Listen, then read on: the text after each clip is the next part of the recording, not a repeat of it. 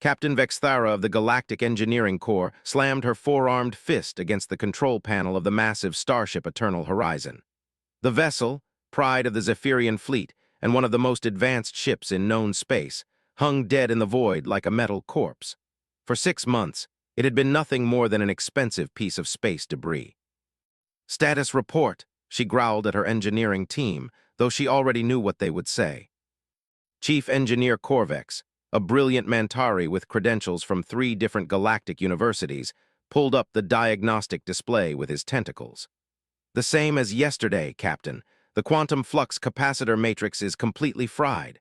The resonance patterns are so scrambled that the entire propulsion system won't even acknowledge power input."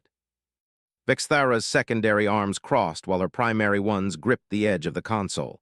28 engineers, Corvex, 28 of the finest minds from across 17 different species. All of them failed to fix this ship. Her voice carried the weight of frustration that had been building for months. The Eternal Horizon represented more than just a ship. It was a symbol of galactic cooperation, built with technology from dozens of civilizations. Its quantum drive could fold space in ways that made traditional faster-than-light travel look like walking. When it worked, it could cross the galaxy in weeks rather than years. But it hadn't worked since the accident.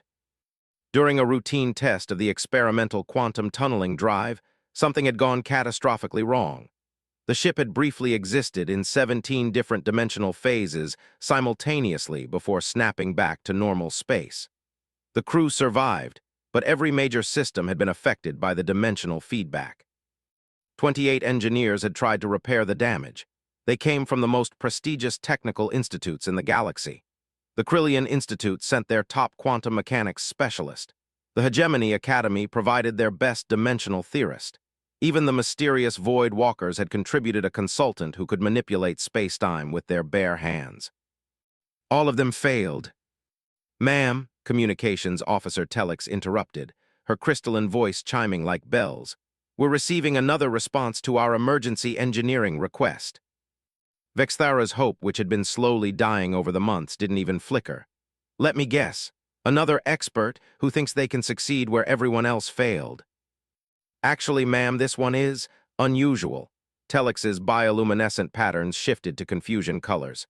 "The respondent claims to be human." "Human?" Corvex's tentacles writhed in what his species considered laughter. "Those primitive bipeds from the Outer Rim, what could one of them possibly know about quantum engineering?" Humans had only joined the galactic community 50 years ago. They were considered a young species, barely past their own star system when first contact occurred. Most galactic citizens viewed them as eager but inexperienced newcomers who meant well but lacked the sophistication for advanced technology. "What are his credentials?" Vexthara asked, though she was already mentally preparing the polite rejection message. Telix consulted her display. "He lists his qualifications as fixed washing machines and cars for 30 years, raised 3 kids, and once got a spaceship engine running with duct tape and determination." The bridge fell silent except for the hum of life support systems. Then Corvex burst into full tentacle-flailing laughter. "Duct tape! Did this primitive just suggest fixing our quantum drive with adhesive strips?" "There's more," Telix continued. "He says he's currently on shore leave from a cargo hauler and can be here in 2 days. His name is Jake Morrison, and he attached a picture of himself." The main screen displayed the image. A middle-aged human male with graying hair, wearing what appeared to be a stained work shirt. He was grinning at the camera while holding a small device that was sparking and smoking, but his expression suggested this was somehow a good thing. "This has to be some kind of joke," muttered Navigation Officer Quill. "A cargo hauler maintenance tech thinks he can repair the most advanced ship in the galaxy." Vexthara stared at the image. Something about the human's confident expression reminded her of her own father, who had taught her that sometimes the most complicated problems had simple solutions. But this was different. This was quantum engineering, not fixing a broken household appliance. "Ma'am," Telix said softly, "should I send the standard rejection response?" The captain was quiet for a long moment. The asterisk Eternal Horizon had been her command for 7 years. She had watched it go from construction to maiden voyage to the current disaster. The ship's crew of 300 were slowly losing hope. Morale was at an all-time low, and there were rumors that High Command was considering scrapping the vessel entirely. 28 experts had failed. What could one more hurt? "How long until our next scheduled expert arrives?" she asked. Corvex checked his schedule. "Professor Yexton from the Dimensional Sciences Institute won't be here for 3 weeks, and that's if his transport doesn't get delayed again. And this human can be here in 2 days." According to his message, yes, ma'am. Vexthara made a decision that would later be studied in military academies across the galaxy. Tell him to come aboard. If nothing else, maybe he can provide some entertainment while we wait for real help. 2 days later, Jake Morrison's transport docked with the Eternal Horizon. Vexthara, Corvex, and a small delegation waited in the docking bay, more out of curiosity than expectation. They had seen the transport approach, a battered cargo hauler that looked like it had been repaired with spare parts and hope. The airlock cycled, and Jake Morrison stepped aboard. He was exactly what Vexthara had expected, a slightly overweight human in his 50s, wearing practical work clothes and carrying a large toolbox that had obviously seen decades of use. What she hadn't expected was the way he immediately started examining the docking bay's systems with experienced eyes. "Nice setup you've got here," he said, running his hand along a power conduit. "Though you might want to check this coupling. Feels like it's running about 15% above optimal vibration frequency." Corvex's tentacles twitched in surprise. The human was right. That coupling had been on their maintenance list for weeks, but it wasn't critical enough to prioritize. "Mr. Morrison," Vexthara said, stepping forward. "I'm Captain Vexthara. Welcome aboard the Eternal Horizon." Jake turned and gave her a friendly grin. "Call me Jake, Captain, and thank you for having me. I know this is probably a long shot, but I've been looking at the technical specifications you transmitted, and I think I might have some ideas."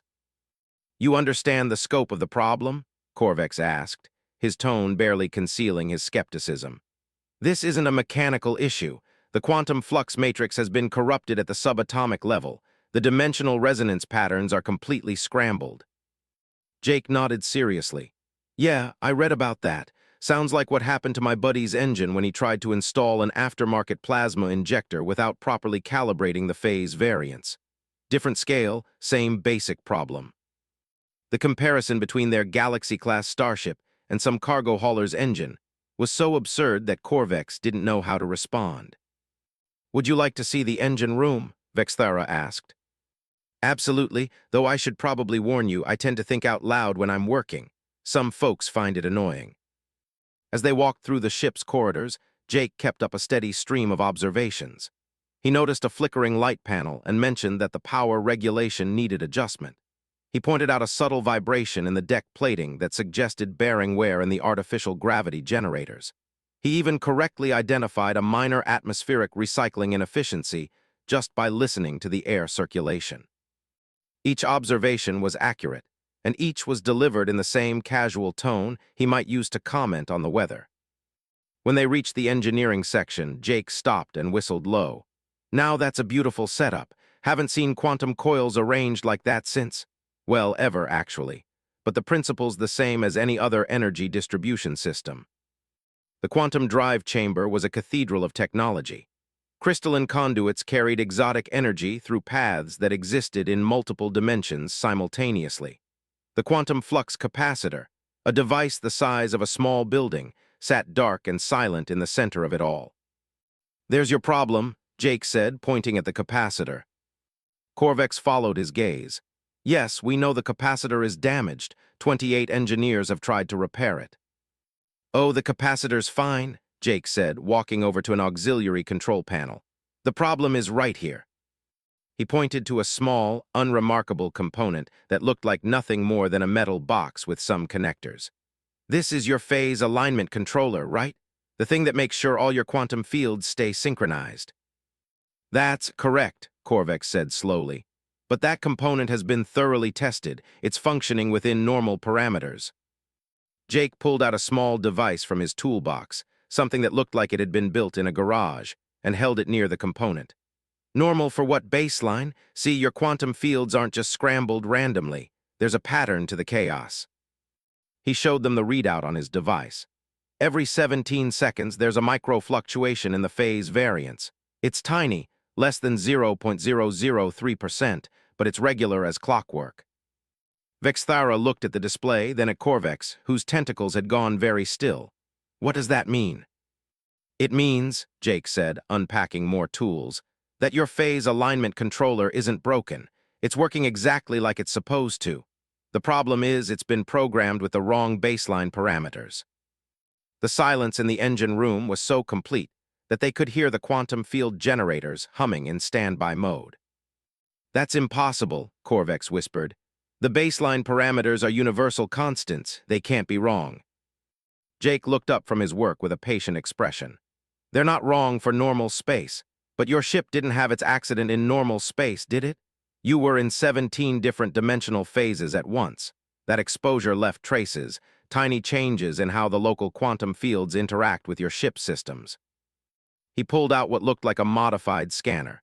See, when you exist in multiple dimensions simultaneously, you pick up what I call dimensional static.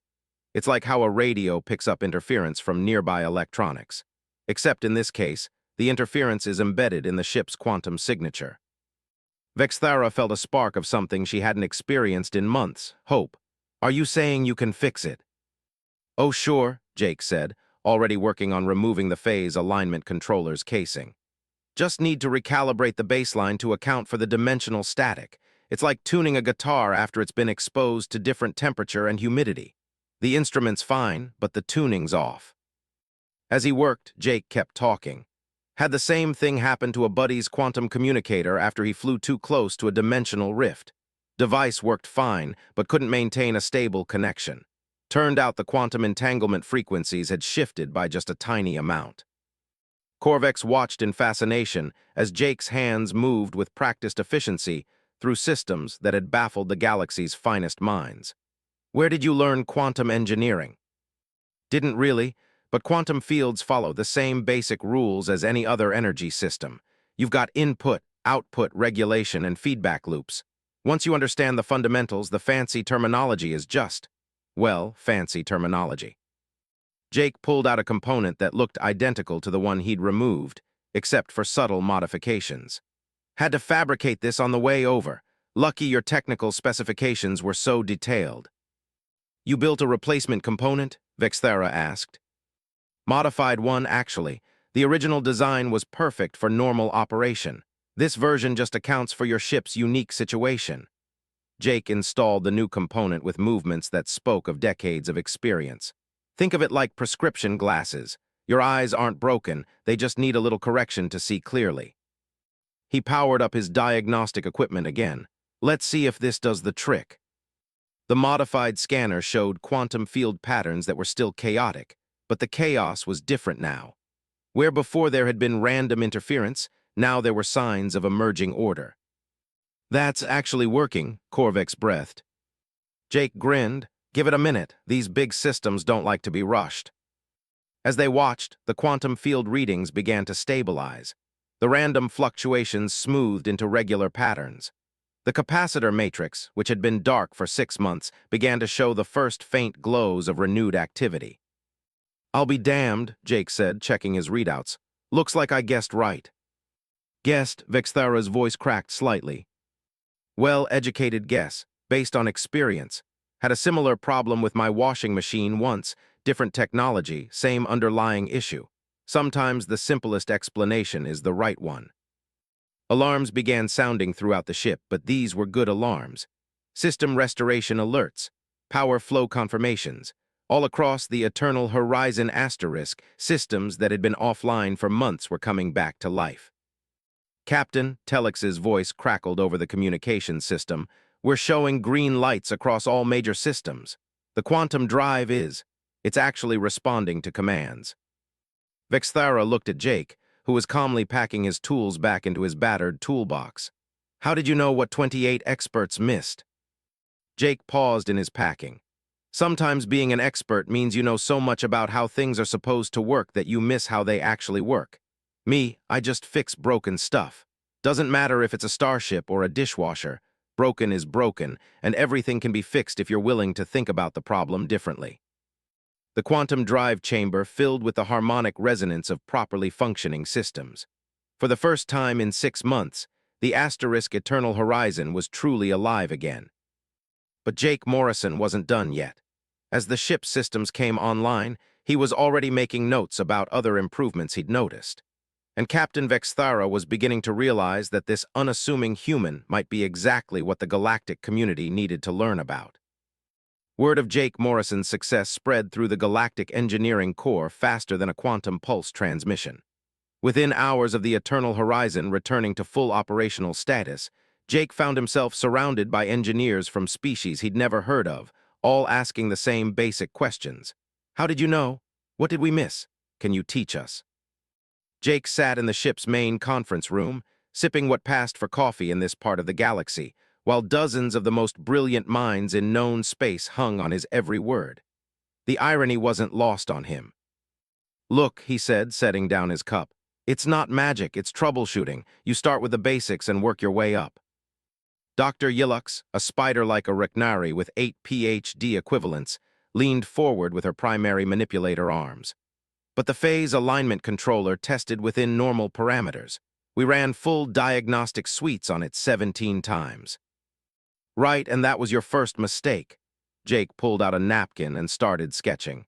You tested it against universal constants, but this ship isn't operating under universal conditions anymore. He drew a simple diagram showing a ship moving through what looked like overlapping circles. When you got hit with that dimensional cascade, your ship picked up resonance patterns from 17 different dimensional phases. Think of it like this. If you tune a piano in a concert hall, it sounds perfect in that hall.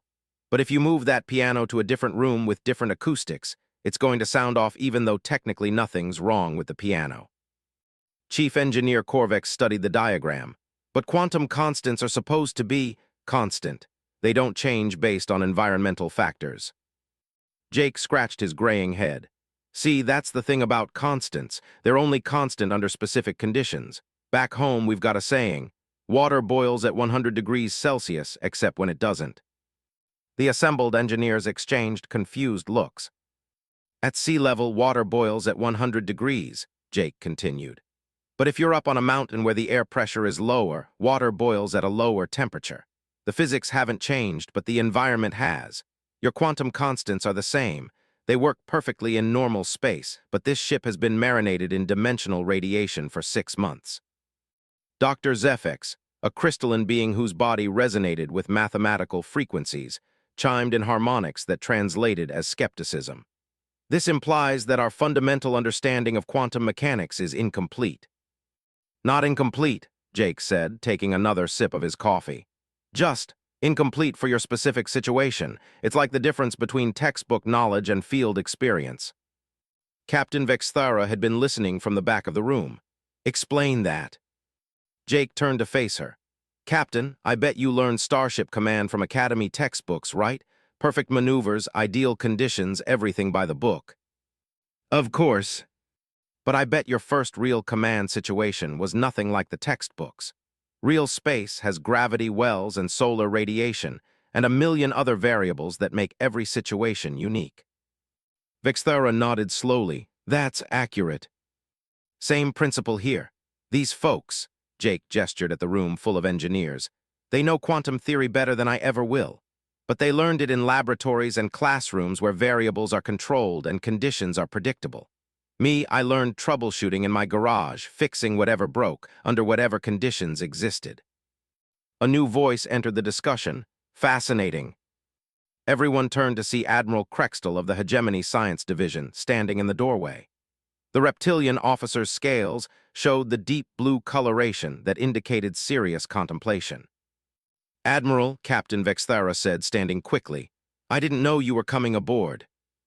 News of this human's achievement has reached the highest levels of command.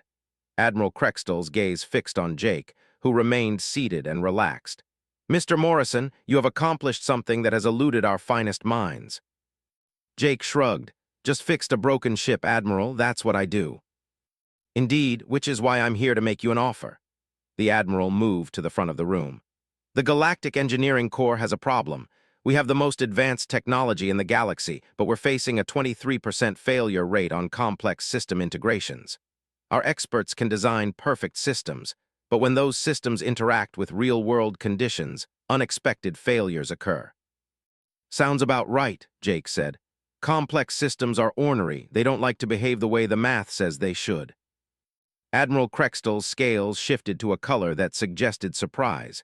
You're familiar with this phenomenon. Sure, back home we call it the difference between theory and practice. In theory, there's no difference between theory and practice. In practice, there is. Dr. Yillux's 8 eyes blinked in sequence. That's actually a profound observation. Jake laughed. Lady, that's just common sense where I come from. The Admiral continued. We would like to offer you a position as Chief Practical Engineering Consultant for the Galactic Engineering Corps. Your job would be to troubleshoot systems that our theoretical experts cannot repair. The room went silent. It was an unprecedented offer, a human with no formal galactic education being offered one of the highest technical positions in known space. What would that involve? Jake asked. Travel throughout the galaxy, solving engineering problems that have stumped our best minds. You would have access to any resources you need, your own ship, and a team of assistants. Jake was quiet for a moment, thinking, Can I ask you something, Admiral? Certainly. How many of these unsolvable problems involve systems that work fine individually, but fail when they're put together? Admiral Crextall's scales flickered. Approximately 78% of them. And how many involve systems that worked fine in testing, but failed in the field? Another 15%. Jake nodded. Yeah, I can help with that, but I've got some conditions. Name them. First, I want my team to include practical engineers from different species. Not just theoretical experts, but folks who have actually fixed things with their hands. Agreed. Second, when I solve a problem, I want to train your people on how I approached it. The goal isn't just to fix things, it's to teach your experts how to think differently about problems. Admiral Crextall's scales showed deep approval. That is exactly what we hope to achieve. And third, Jake said, standing up, I want to be able to go home for my daughter's wedding next month. Some things are more important than saving the galaxy. The Admiral's laughter was like rocks tumbling down a mountain. Agreed on all counts. As the meeting broke up and the various engineers began filing out, Dr. Yillux approached Jake with a data pad. Mr. Morrison, could you look at this? It's a theoretical framework I've been working on for dimensional resonance prediction. Jake glanced at the complex equations covering the screen. Mathematics that would have taken him years to understand filled every line. But as he scrolled through it, he began to frown. This is really impressive work, Doc, but can I ask you something? Of course. Have you ever tested this in a real dimensional field? Well, no. That would require access to active dimensional manipulation equipment and the safety protocols. Right, so this is all theoretical. Yes, but the mathematics are sound. Jake handed the pad back. I'm sure they are. But here's the thing, you're trying to predict how dimensional fields will behave, but you're basing your predictions on how they should behave according to physics. Yes, how else would I approach it? You ever watch a mechanic diagnose a car problem? I'm not familiar with human transportation devices. A good mechanic doesn't start with a manual. They start by listening to the engine. They feel for vibrations. They look for wear patterns. They use their experience with how things actually break to guide their troubleshooting. Dr. Yillux's 8 eyes focused intently on Jake. You're suggesting that empirical observation should precede theoretical analysis. I'm suggesting that theory without experience is just smart guessing. Chief Engineer Corvex, who had been eavesdropping, slithered over. But surely you're not dismissing the importance of scientific method. Not at all, Jake said. Science is great, but science should start with observations, not end with them. You folks seem to work backwards. You start with theory and then try to make reality fit it. How do humans approach engineering? Corvex asked. Jake smiled. We break stuff, then figure out how to fix it. Then we break it again in different ways and figure out how to fix those problems too. Eventually, we understand not just how something is supposed to work, but all the ways it can fail. That seems inefficient, Dr. Yillux said. Maybe, but it works. And when something breaks in a way nobody's ever seen before, we're ready for it because we've seen everything else break. Captain Vexthara, who had been listening to the conversation, stepped forward. "Admiral Crextel, I'd like to make a formal request." "Yes, Captain. I'd like Jake to stay aboard the Eternal Horizon for our next mission. We're supposed to test the new quantum tunneling array next week, and after what happened last time." Admiral Crextel's scales showed understanding. "You want practical expertise on hand in case something goes wrong." "Exactly." Jake looked at the captain with new respect. "You're learning." "What do you mean?" "You're thinking like a practitioner instead of a theorist. Instead of assuming everything will work perfectly, you're planning for what to do when it doesn't." The Admiral made the decision quickly. "Approved. Consider this Jake's first official assignment." As the group dispersed, Jake found himself alone with Captain Vexthara in the conference room. "Can I ask you something, Captain?" "Of course." "Why did you really bring me aboard? I mean, you could have waited for the next expert." Vexthara was quiet for a moment. "Because 28 experts had failed, and you were the first person who didn't start by telling me how impossible the problem was." Jake nodded. Sometimes the word impossible just means nobody's figured it out yet. "Is that another human saying?" "Nah, that's just something I learned from raising kids. They ask questions that don't have easy answers, and you learn that 'I don't know' is the beginning of figuring it out, not the end." Captain Vexthara's secondary arms crossed in what Jake was learning was a gesture of deep thought. "Jake, how do humans manage to be so practical about everything?" "Well, Captain, we're a young species. We haven't had time to get so smart that we forget to pay attention." Over the next few days, as the Asterisk Eternal Horizon prepared for its next test mission, Jake Morrison settled into his new role. But what none of them knew was that their next challenge would be far more complex than a simple engineering problem, and would require all of Jake's practical wisdom to solve. 3 days before the scheduled quantum tunneling test, Jake Morrison was in Engineering Bay 7, training a group of junior engineers on practical troubleshooting techniques. He had just finished explaining why you should always trust unusual noises over normal sensor readings when alarms started blaring throughout the ship. "All senior staff to the bridge," Captain Vexthara's voice echoed through the corridors. "Priority 1 emergency." Jake arrived on the bridge to find organized chaos. Multiple screens showed tactical displays, and every officer was talking at once. At the center of it all, Captain Vexthara stood with her 4 arms working different control stations simultaneously. "Report," Jake said, taking his position at the engineering station. "We've got incoming ships," Vexthara said without looking up. 12 vessels, Nexari design, broadcasting some kind of challenge." Jake had heard of the Nexari. They were one of the oldest and most advanced civilizations in the galaxy, and they didn't like humans very much. Something about humanity advancing too quickly through the technological ranks without paying proper respect to their elders. "What kind of challenge?" Jake asked. Communications Officer Telex's bioluminescent patterns showed nervous colors. "They're demanding to speak with the primitive human who claims to understand advanced engineering." "Oh," Jake sighed, "they're here about me." Admiral Crextel's voice came through the communications system from his flagship. "Mr. Morrison, I'm afraid this was inevitable. Your success with the Eternal Horizon has upset certain established orders." On the main screen, the lead Nexari vessel came into view. It was a work of art, sleek, elegant, and absolutely covered with advanced technology. Crystalline arrays that manipulated spacetime itself. Energy fields that existed in dimensions humans hadn't even discovered yet. It was the kind of ship that made every other vessel look primitive by comparison. "Incoming transmission," Telex announced. The screen filled with the image of a Nexari commander. They were beautiful creatures, tall, graceful, with features that seemed to shift slightly as you looked at them. This one wore robes that appeared to be woven from pure mathematics. "I am Commander Velter of the Nexari hegemony," the figure said, their voice carrying harmonics that suggested vast intelligence and barely controlled condescension. "I demand to speak with the human who has allegedly accomplished what our finest minds consider impossible." Jake stepped forward. "That would be me, I guess, Jake Morrison." Velter's expression was the galactic equivalent of a sneer.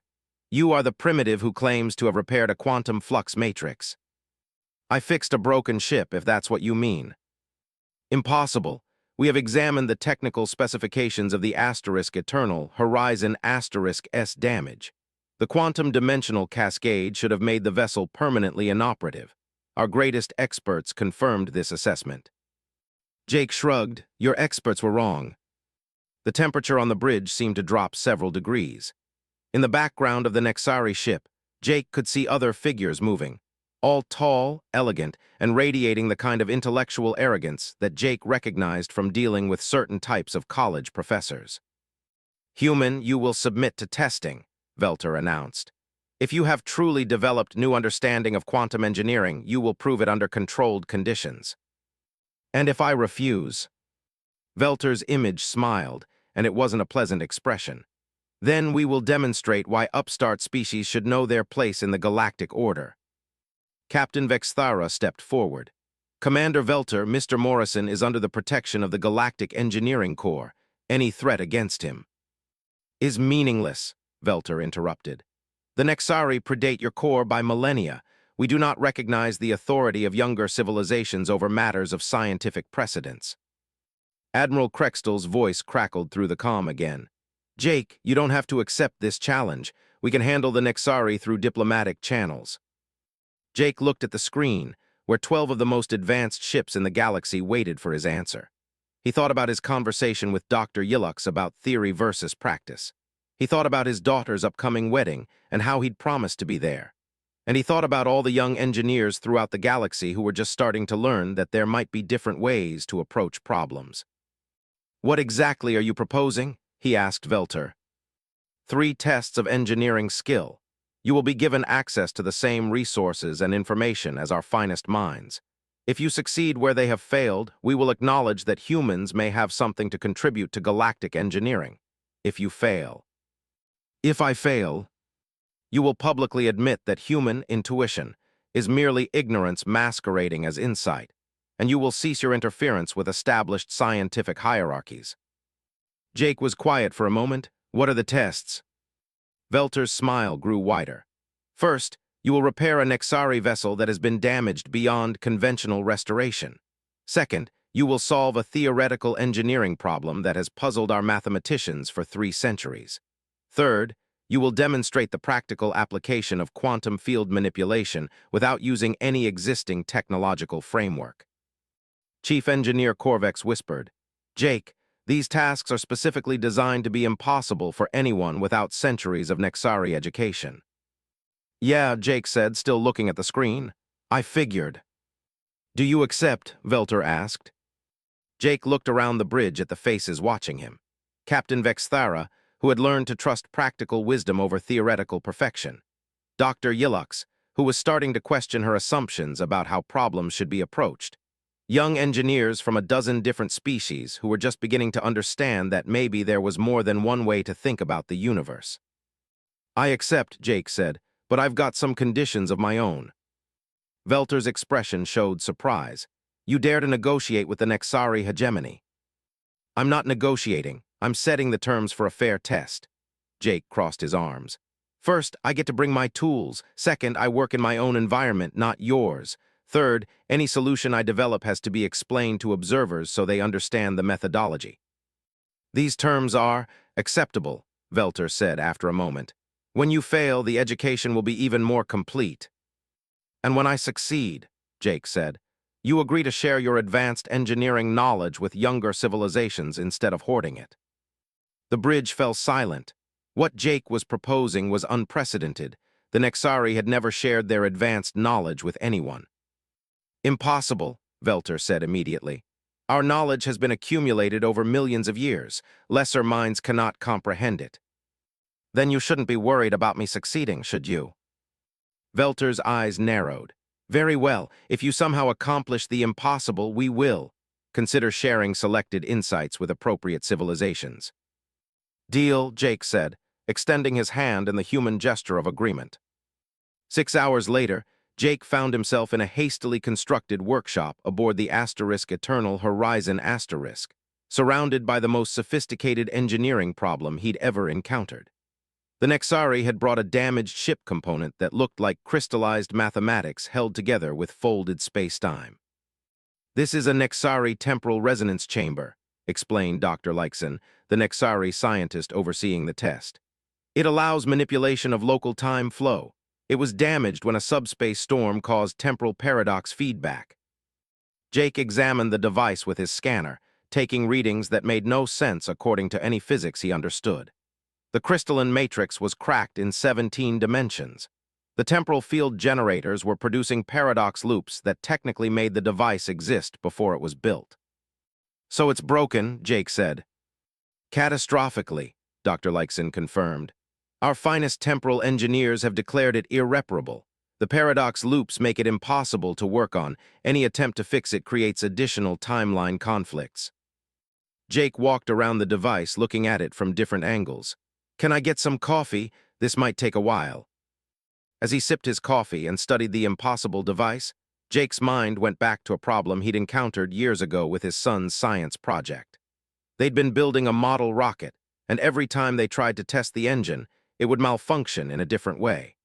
The problem was that they kept trying to fix each malfunction individually, when what they really needed was to understand why the engine was malfunctioning in the first place.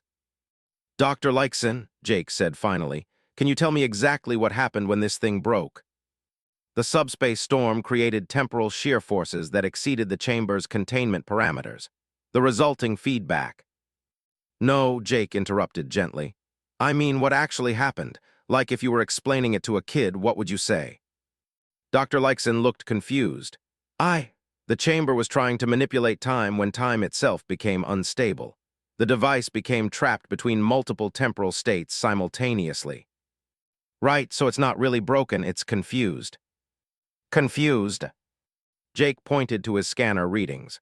Look at these temporal signatures. The device is getting conflicting instructions about what time it is. It's trying to exist in 17 different moments at once. Yes, that is the nature of the paradox. But what if instead of trying to fix the paradox, we just gave it permission to be confused for a while? Dr. Lykson stared at him. I don't understand.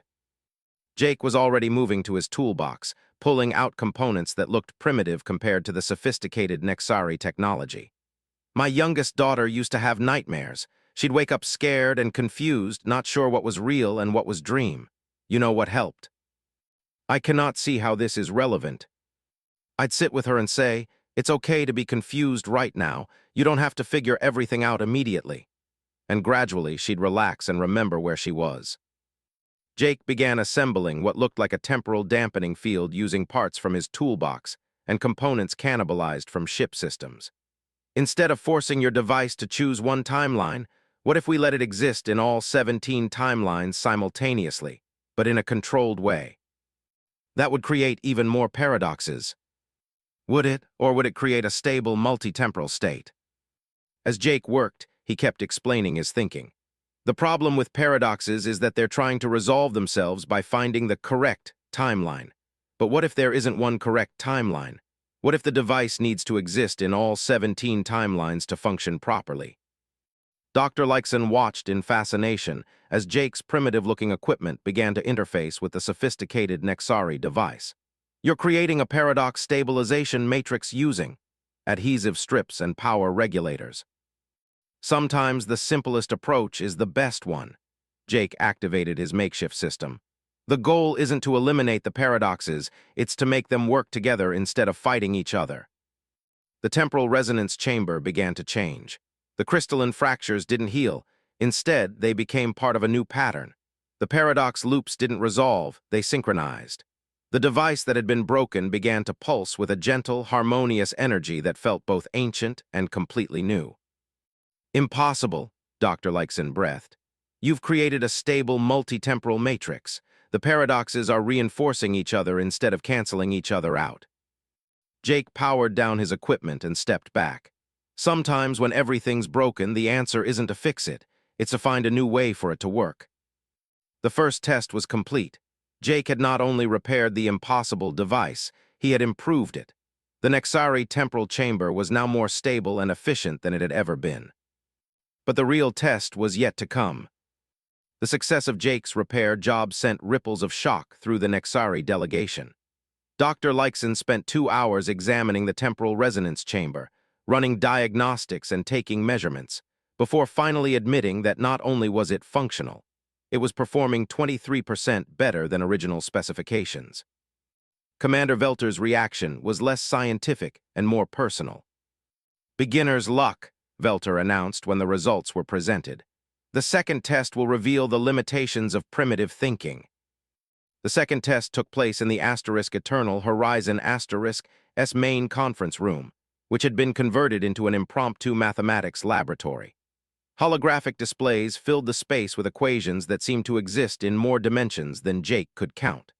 The mathematical symbols shifted and flowed like living things, representing concepts that stretched the boundaries of reality itself. "For 3 centuries," Commander Velter explained, "our greatest mathematicians have struggled with the paradox of infinite recursion. It is a theoretical framework for creating energy from dimensional folding, but the mathematics become unstable at the point of practical application." Jake looked at the equations floating around him. They were beautiful in a way, complex beyond anything he'd ever encountered, but there was something elegant about their structure. "What exactly goes wrong when you try to apply this?"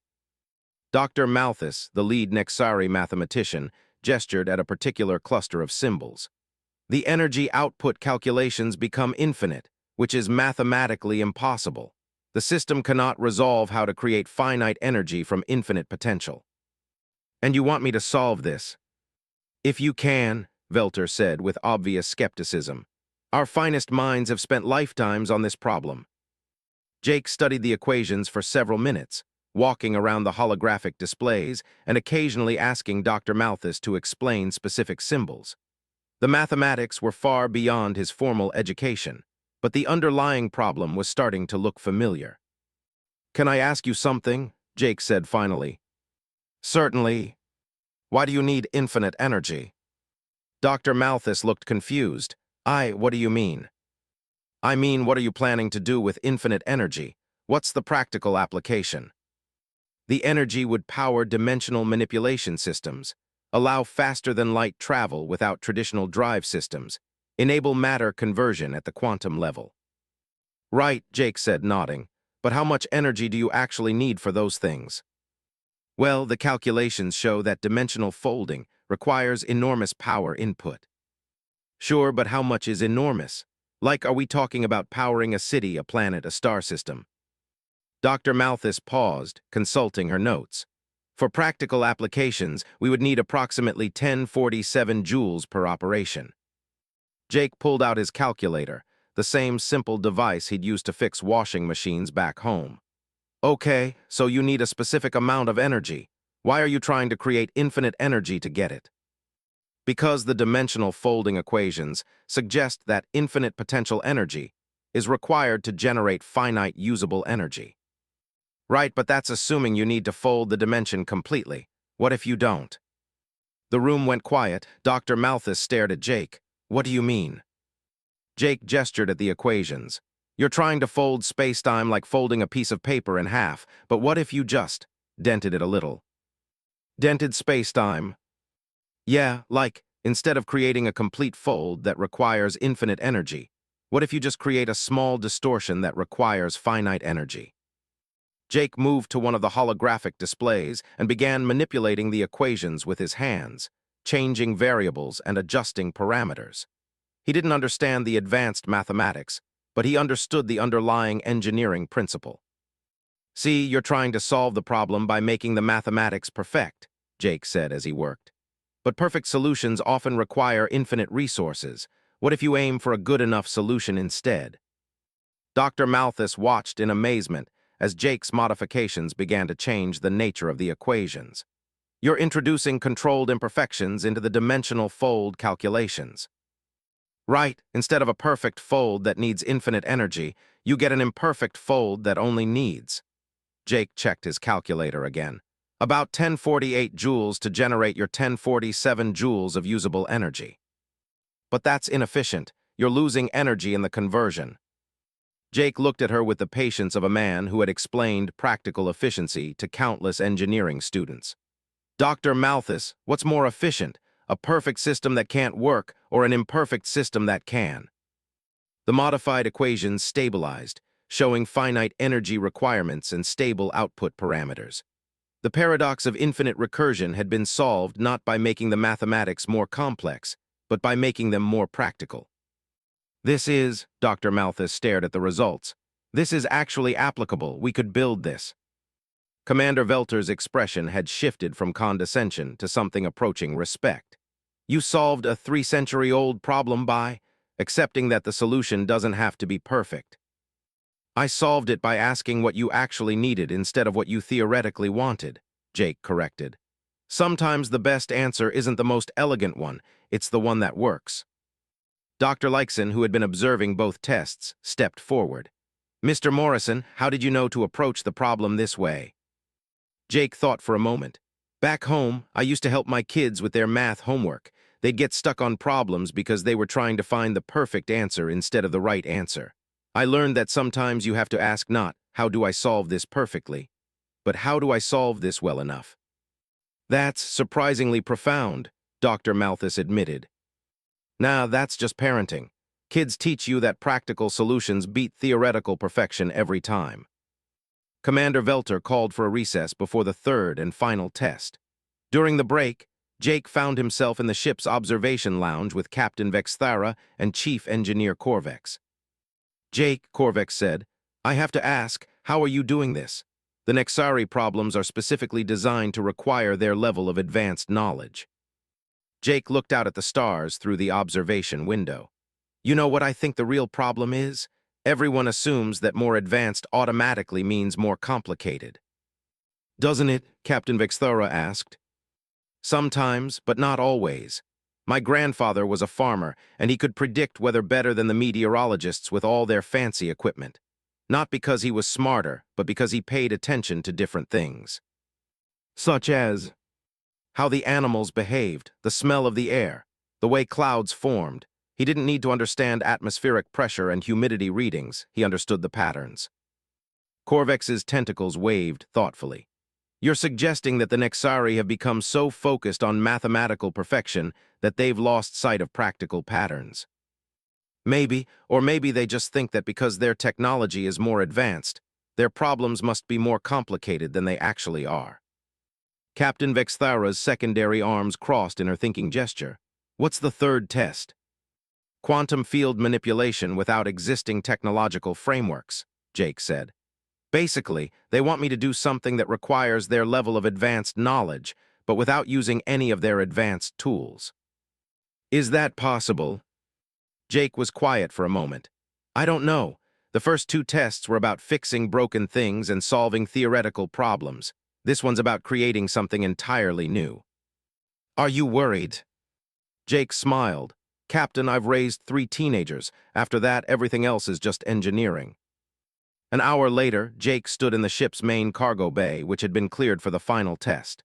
The space was empty except for basic ship systems, power, gravity, atmosphere, and basic lighting. No advanced technology, no sophisticated equipment, just raw materials and fundamental forces.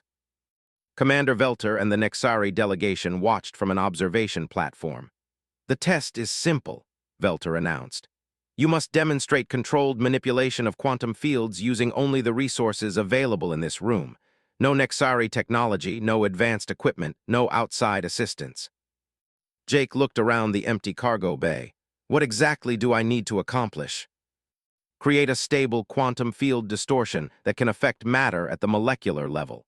Our children learn this as a basic exercise in their first century of education. Right, and how long do I have? 1 standard hour. Jake checked his watch and began examining the room. The basic ship systems were all he had to work with: power conduits, gravity generators, atmospheric processors, and magnetic field projectors used for cargo handling. Quantum fields, Jake muttered to himself. Okay, what do I know about quantum fields? He thought back to his conversations with the various alien engineers over the past week. Quantum fields were energy patterns that existed at the subatomic level. They could be influenced by electromagnetic forces, gravitational disturbances, and certain types of resonance. The ship's gravity generators caught his attention. They worked by manipulating localized spacetime to create artificial gravity. If spacetime could be manipulated, then the quantum fields that existed within that spacetime could potentially be affected as well. Jake began pulling access panels off the gravity generators, studying their internal components.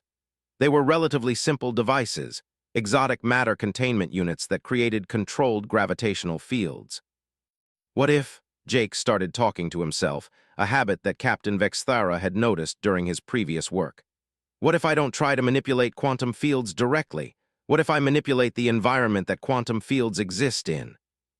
He began connecting power conduits directly to the gravity generators, bypassing their normal control systems.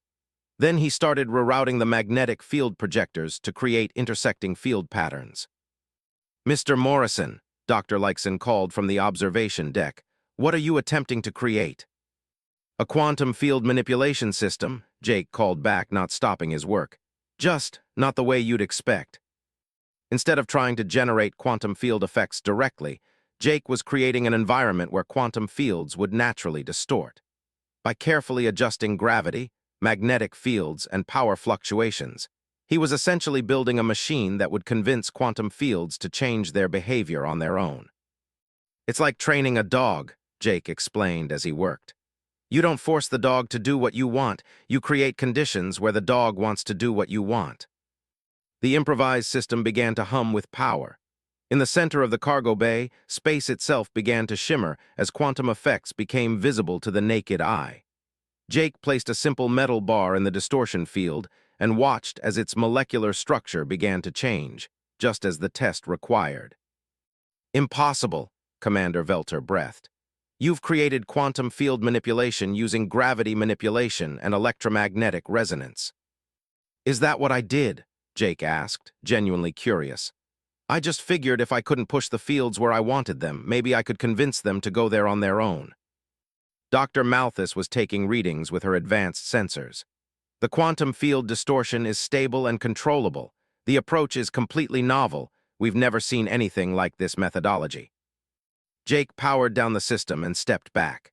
The metal bar had been transformed into something new, not just changed, but improved in ways that shouldn't have been possible with the equipment available. Commander Velter descended from the observation platform, their expression completely different from when the tests had begun. "Human, you have accomplished something that challenges our fundamental understanding of how advanced technology should work." "I just solved some problems," Jake said, starting to pack up his tools. "No," Velter said firmly. "You have demonstrated that advancement is not always about complexity. Sometimes it is about approaching familiar problems with unfamiliar perspectives." The formal ceremony took place an hour later in the ship's main assembly hall. Representatives from dozens of galactic civilizations attended via subspace communication, witnessing as Commander Velter made a pronouncement that would change the political and technological landscape of the galaxy. "The Nexari hegemony acknowledges that knowledge and wisdom can emerge from unexpected sources," Velter announced. "We hereby agree to share our advanced engineering knowledge with younger civilizations, beginning with the establishment of joint research facilities and educational exchanges." But Jake Morrison, the human who had just revolutionized galactic engineering, was already thinking about the most important challenge still ahead of him: getting home in time for his daughter's wedding. 2 weeks later, Jake Morrison stood in his backyard in suburban Ohio, wearing a rented tuxedo and watching his youngest daughter walk down the aisle. The wedding was everything she had dreamed of: small, intimate, and perfect in all the ways that mattered most. As the ceremony proceeded, Jake's mind wandered briefly to the Eternal Horizon asterisk, now successfully testing its quantum tunneling array with a 100% success rate. He thought about Dr. Yillux, who was establishing the first practical engineering institute, where theoretical knowledge would be combined with hands-on experience. He thought about Captain Vexthara, who had been promoted to head the new galactic problem-solving division. "Dad," his daughter whispered during the reception, "you seem distracted. Everything okay?" Jake hugged her tightly. "Everything's perfect, sweetheart, just thinking about how proud I am of you." But the universe, it seemed, wasn't quite ready to let Jake Morrison enjoy his vacation. His communicator, a device that still looked suspiciously like a modified garage door opener, buzzed urgently during the father-daughter dance. Jake, Captain Vexthara's voice crackled through the speaker. I'm sorry to interrupt, but we have a situation. Jake stepped outside, still holding his daughter's hand. What kind of situation, Captain? The kind where 12 different galactic civilizations are having simultaneous system failures that our best experts can't diagnose. And they're all asking for the human who thinks differently about problems. Jake looked at his daughter, who was listening with amused interest. Dad, is this about that space stuff you've been doing? Yeah, honey. Apparently, I've accidentally become the galaxy's go-to troubleshooter. She laughed, the same laugh she'd had since she was 5 years old. That's so you, Dad. You fix one washing machine, and suddenly you're fixing washing machines for the whole neighborhood. Something like that. Captain Vexthara's voice continued through the communicator. Jake, the situations are getting worse. We have Krillian processors that are calculating incorrect mathematical constants. Hegemony ships where the artificial gravity is working backward. Even some Nexari vessels are experiencing temporal loops in their navigation systems. Jake frowned. Captain, those all sound like they might be related. How so? Well, what do they all have in common? There was a pause while Vexthara consulted her staff. They're all using quantum-enhanced systems that were recently upgraded with new efficiency protocols. Let me guess, efficiency protocols based on the solutions I developed for the Nexari tests. Yes, oh. The realization in her voice was audible across interstellar distances. Jake's daughter squeezed his hand. Dad, you broke the galaxy, didn't you? Not broke exactly, more like accidentally improved it in ways that created new problems. That's very you too. Jake spoke into the communicator. Captain, I think I know what's happening. When I solved those Nexari problems, I created practical solutions that work better than the theoretical ones. But if everyone started implementing those solutions without understanding the underlying principles, they'd be applying practical fixes to theoretical frameworks, Vexthara finished. Like putting a simple gear system into a machine designed for complex hydraulics. Exactly. The solutions work, but they're creating incompatibilities with existing systems that were designed around different assumptions. His daughter tugged on his sleeve. Dad, how long would it take you to fix this? Probably about 3 weeks of traveling around the galaxy, adjusting systems and teaching people how to properly integrate practical solutions with theoretical frameworks. She looked at her new husband, who was chatting with relatives by the cake table. Tom, come here for a second. Her husband approached, still wearing his wedding day smile. What's up? My dad needs to go save the galaxy again. You okay with cutting our honeymoon short so we can go with him? Tom blinked. I'm sorry, what? Jake stared at his daughter. Honey, you can't be serious. Dad, you think I'm going to miss the chance to see you teach advanced alien civilizations how to fix their broken technology? Besides, Tom's an engineer too. He might actually be useful. Tom looked between his new wife and father-in-law. Are we actually talking about going to space? Yep, Jake's daughter said cheerfully. On a galactic troubleshooting tour, think of it as an adventure honeymoon. Jake spoke into the communicator. Captain, how fast can you get a ship to Earth? Admiral Krextel is already en route with the new prototype vessel Asterisk Practical Solutions. He should arrive in 6 hours. The Asterisk Practical Solutions. Named in your honor. It's designed specifically for field engineering operations, equipped with fabrication facilities, testing laboratories, and living quarters for extended missions. Jake looked at his daughter and her husband, both grinning with excitement, then at the rest of his family enjoying the wedding reception. Captain, I'm going to need accommodations for 3 humans. Already anticipated. The ship has full diplomatic quarters and can accommodate families of technical consultants. 6 hours later, Jake Morrison found himself saying goodbye to his older children and grandchildren in his backyard, while a starship that looked like a cross between a mobile workshop and a luxury hotel hung silently in the night sky above the neighborhood. Dad, his eldest son said, shaking his hand, try not to accidentally revolutionize any more alien technologies while you're gone. No promises, Jake grinned, but I'll try to keep it to a minimum. The first stop on their galactic troubleshooting tour was the Krillian homeworld, where their mathematical processing systems had begun calculating that 2 plus 2 equaled 4.000000001. a tiny error that was compounding into massive problems across their entire technological infrastructure. Jake, his daughter Sarah, and his new son-in-law Tom materialized on the transporter pad of the Krillian Central Computing Facility to find themselves surrounded by 8-foot-tall crystalline beings in a state of controlled panic. Human Morrison, high processor Keikstel chimed in harmonics that translated as desperate relief. Our entire mathematical foundation is degrading. Our computers can no longer perform accurate calculations. Jake examined the main processing core, a massive crystal matrix that performed calculations by manipulating quantum probability states. When did this start?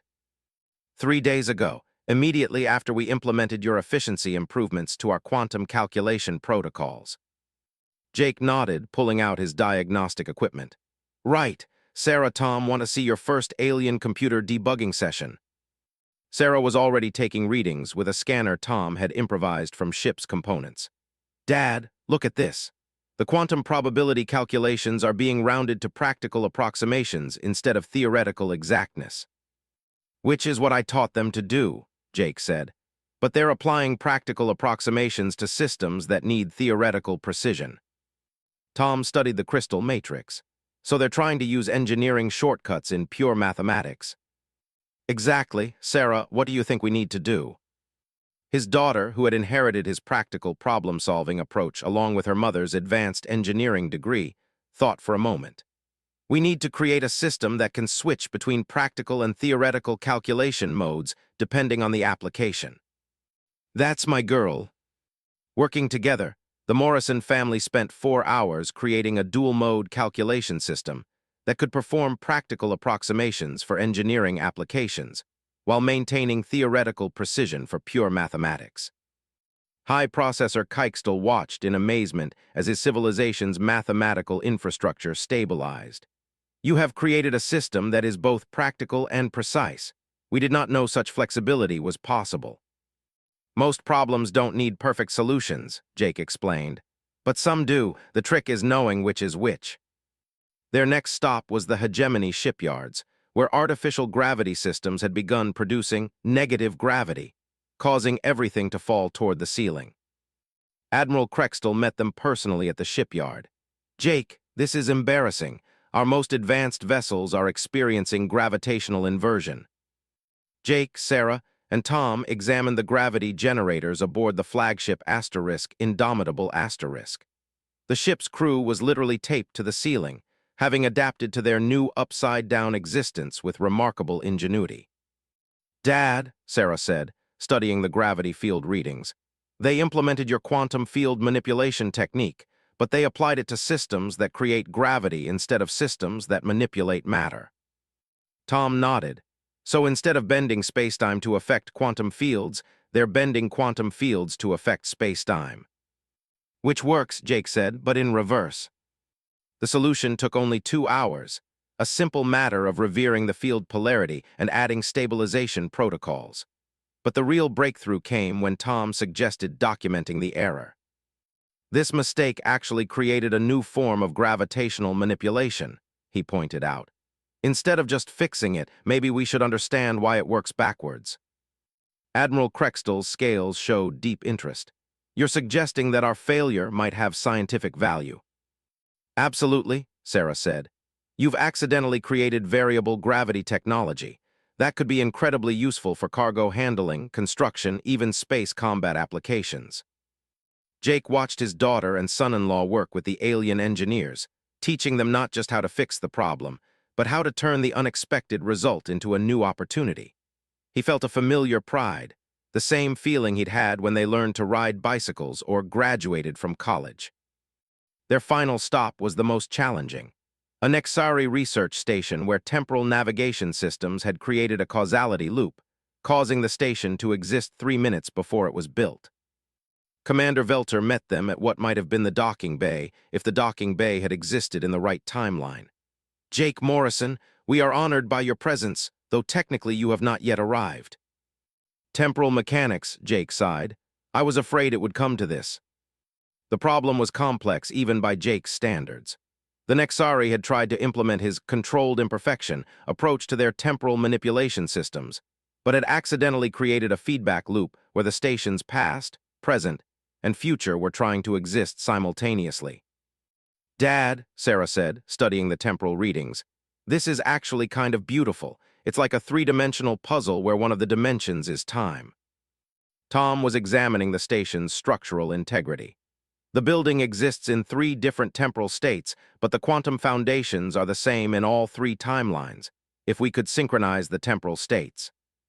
"We could create a stable multi-temporal structure," Jake finished, "like the resonance chamber but on a larger scale."